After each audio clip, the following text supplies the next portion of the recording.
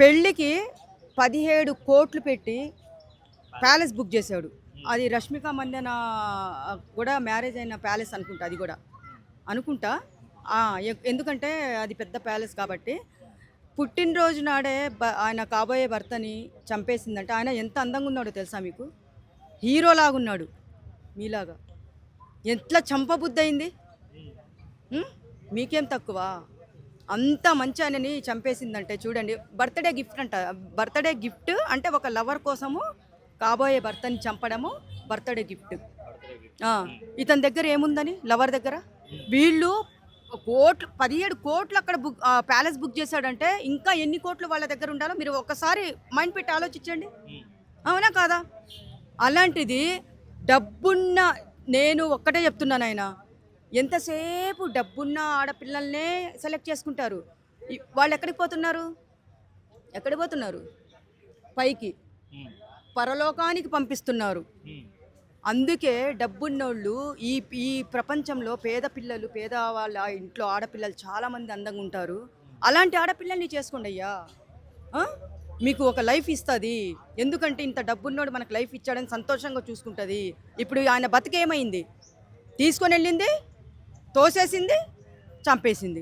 అంటే ఇప్పుడు అమ్మాయిలకు ఏం కావాలంటారు? అంత డబ్బు ఉండి అంత ప్రేమ చూపించి అబ్బాయి కూడా అందంగా లేడని కాదు, చాలా బాగున్నాడు, ఇంకేం కావాలి? హీరో. అక్కడ నేను చూసా, మా పాప పొద్దున అమ్మ చూడు ఒకసారి ఇన్స్టాగ్రామ్లో ఏం జరిగిందో. ఎందుకంటే నేను ఇంటర్వ్యూస్ ఇస్తాను, రివ్యూస్ ఇస్తానని మా పాపకు తెలుసు. ఇదేందే కర్మ, నా కర్మ, మళ్ళీ నాకే ఇచ్చావా, నువ్వు నాకే చూపించావా అనుకున్నాను. కానీ అందానికి అందం, డబ్బుకి డబ్బు లక్షలానా అనుకుంటే పప్పులో కాలేసినట్టు. కోట్ల ఆస్తికి అధిపతి అబ్బాయి. అలాంటిది ఒక లవ్వర్ కోసము చంపేసిందంటే దీనికి ఏం కావాలి? నీకు డబ్బు తక్కువ? ఒక ప్యాలెస్లో నీకు 17 కోట్లు పెట్టి బుక్ చేశాడంటే పెళ్ళికి, రిసెప్షన్ పెళ్ళి అనుకుంటా, పెళ్ళికి రిసెప్షన్. అది ఎంత అదృష్టం చేసుకొని ఉండాలి అమ్మాయి. అలాంటిది ఏమీ లేని బకరా నా కొడుకు లవ్లో పడి మంచి మనిషిని చంపేసావే. ఎక్కడికి పోతుందో అర్థం కావట్లేదు. వీళ్ళకి ఏం కావాలో డబ్బు కూడా అవసరం లేదంటే వీళ్ళకి ఇంకా ప్రేమ అనే దానికి అక్కడ పదం లేదు. ప్రేమ అనేదానికి ఇప్పుడు ఉన్న సిచ్యువేషన్లో అసలు దానికి ఒక విలువ లేదు. పోనీ డబ్బుకు ఆశపడిందా అంటే అది కూడా లేదు. కానీ నువ్వు అతన్ని వదిలేసి ఉంటే, నేను చేసుకోను, నేను ఒక అబ్బాయిని లవ్ చేశాను, నన్ను వదిలేయి, అవసరం లేదు అని ఒక్క మాట చెప్పి ప్రాణాలతో వదిలేసి ఉంటే అయిపోయేది కదా. ఎందుకు ప్రాణాలు తీయాలంటున్నా నేను? వాడి కోసం, ఆ ఎదవ కోసము. నిజంగా నాకు చాలా బాధేస్తుంది అయ్యా. అబ్బాయిలు మీకు దండం పెడతానయ్యా. మీరు డబ్బున్న వాళ్ళ అబ్బాయిలు ఏం చేస్తారంటే పేద పిల్లల అమ్మాయిలు చేసుకోండి అయ్యా. దయచేసి పేదింటి అమ్మాయిని చేసుకోండి అయ్యా, మీకు పుణ్యం వస్తుంది. ఇలాంటి వాళ్ళని చేసుకుంటే మోసం చేస్తారయ్యా, ప్రాణాలు తీస్తారయ్యా. దయచేసి మీకు దండం పెడుతున్నాను అందరికీ. అది మరి ఏం చెప్తారు అమ్మాయికి? ఏం చెప్తారు అసలు ఇలా చేసినందుకు? ఏం చెప్తారు అని చిన్నగా అడక్కండి.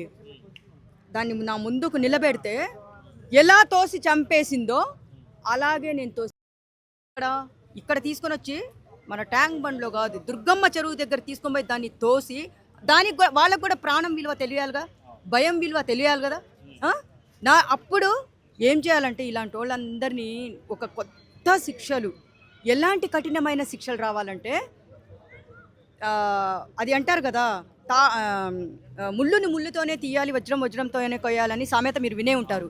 ఇలాంటి వాళ్ళని వాళ్ళు ఎలా చంపారో అలాగే చంపే శిక్షలు, కఠినమైన శిక్షలు వస్తే అప్పుడు ప్రతి ఒక్కరికి భయం ఉంటుంది.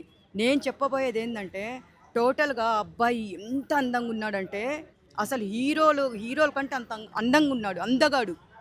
ఏం తక్కువ అబ్బాయి దగ్గర. ఇంకా అందరు అనుకుంటారు ఇప్పుడు, సపోజ్ ఆ అమ్మాయి చేసిన పనికి ఏమనుకుంటారో తెలుసా? అబ్బా అలాంటి అబ్బాయి మన జీవితంలోకి ఎందుకు రాలేదు, మన జీవితంలోకి వస్తే బాగుంటుంది అని ఎవరు ఆలోచిస్తారు?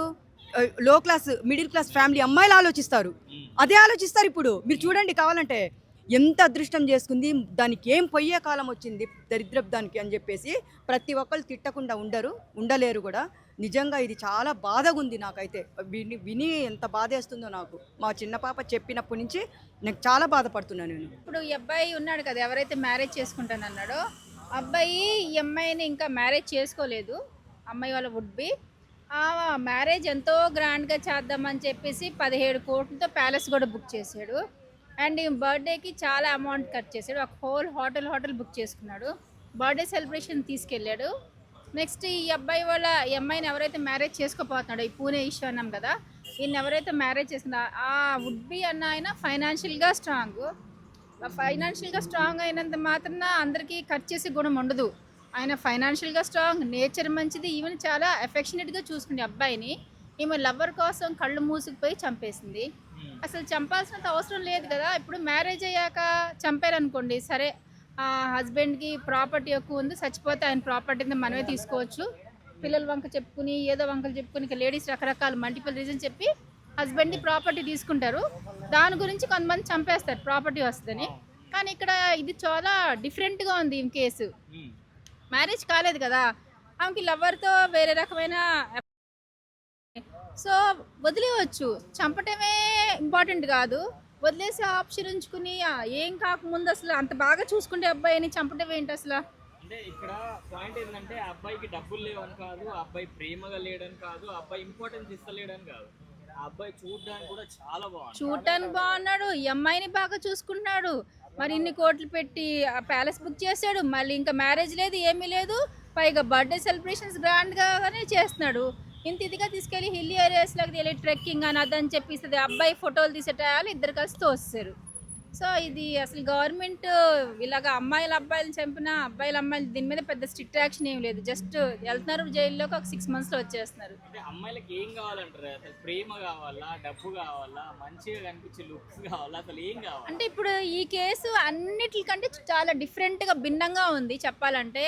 ఇప్పుడు ఈ చచ్చిపోయిన అబ్బాయి చంపేసింది కదా వుడ్ బిని, చూడటానికి అపీరియన్స్ ఉన్నాడు, గుణం బాగుంది, ఫైనాన్షియల్గా ఎకనామికల్గా బాగా డెవలప్ అయ్యారు. వాళ్ళ డాడీ కూడా రియల్ ఎస్టేట్ బిజినెస్, చాలా ప్రాపర్టీస్ ఉన్నాయి, అవి ఉన్నాయి, ల్యాండ్స్ ఉన్నాయి, ఇల్లు ఉంది, చాలా ఉన్నాయి.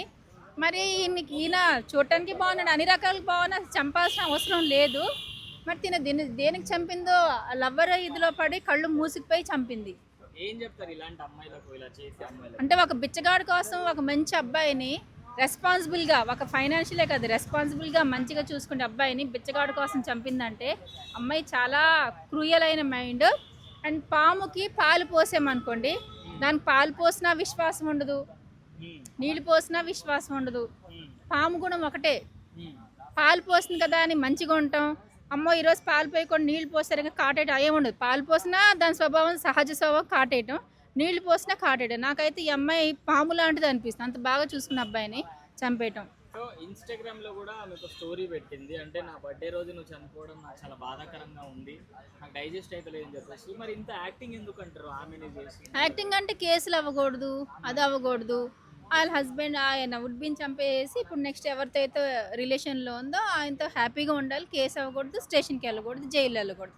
అందుకోసం అందరిని అలాగా నమ్మిస్తాం కోసం ఇన్స్టాలో పెట్టింది. అంటే ఇన్ ఫ్యూచర్ లో ఆ అబ్బాయి కూడా ఎప్పుడైతే బాయ్ ఫ్రెండ్ ఉన్నాడో ఆ అబ్బాయి కూడా చెప్పొచ్చు కదా, అంత డబ్బున్నానే నువ్వు వదలలేదు, నువ్వు వేరే వాళ్ళ కోసం నన్నేం చెయ్యవు అని చెప్పి, నేను నమ్మకం ఏంటి అని చెప్పి అని వెళ్ళిపోయే ఛాన్సెస్ కూడా ఉన్నాయి కదా. అంత ఆలోచన లేకుండా ఎలా చేస్తారంటారు అమ్మాయి?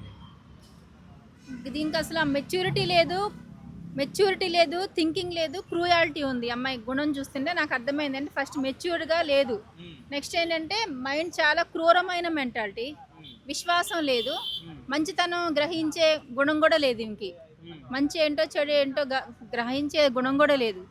అలాంటి మెంటాలిటీ ఉంది, విశ్వాసం లేని మెంటాలిటీ.